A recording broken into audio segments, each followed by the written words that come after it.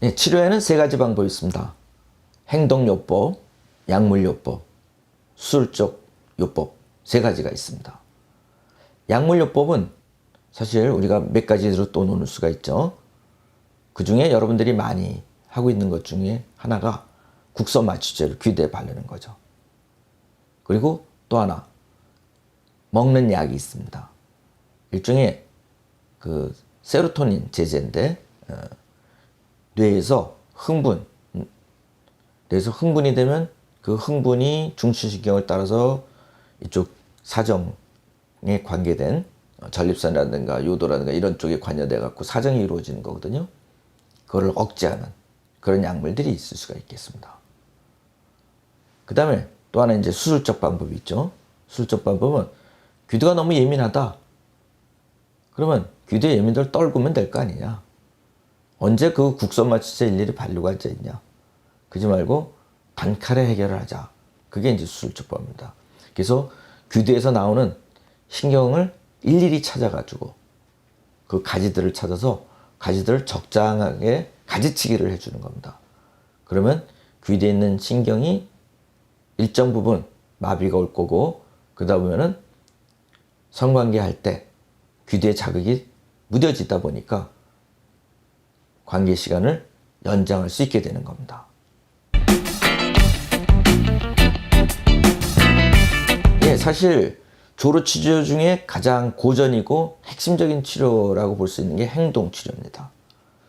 행동치료는 여러분들이 실제 성생활을 하면서 본인의 시간을 지연시키도록 노력하고 어떤 면에서는 학습이죠. 반복 학습을 하는 걸 얘기합니다. 1954년도에 비뇨기과 의사 시멘이라는 비뇨기과 의사가 개발한 방법이 있어요. 관계 갖다 말고 사정하려면 귀두를 잡고 꽉 움켜쥐는 겁니다. 그럼 나오려던 게 나오지 못하고 막혀서 잠잠해지는 거죠. 참 힘듭니다. 예. 그 다음에 나온 게 뭐냐면 카프란이라는 분이 뒤늦게 뭐냐면 스탑 스타트법이라는 걸 했습니다. 말 그대로 하다가 멈추고를 반복하는 겁니다. 성관계를 갖다가 피스톤 운동을 하다가 흥분이 돼서 사정하려면 잠깐 스톱하는 겁니다. 스톱해서 호흡을 가다듬으면 성적 흥분이 가라앉을 겁니다. 그때 다시 피스톤 운동을 하는 겁니다.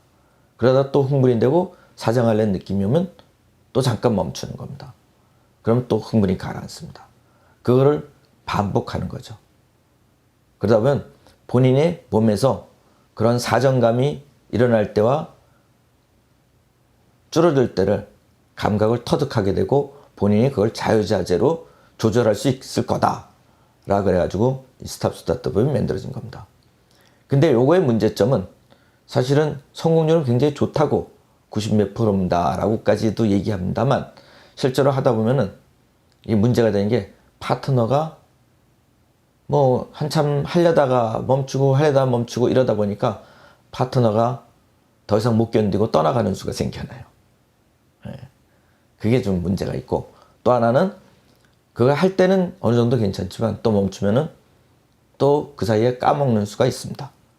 그게 또 이게 문제점으로 등장을 하겠죠. 그래서 사실 이 행동요법만 갖고는 좀 어렵고 최근에 이제 나오는 페이퍼 중에 하나는 행동요법과 더불어서 약물요법을 같이 병행하면은 좀 더 효과가 좋지 않냐라는 보고도 있습니다.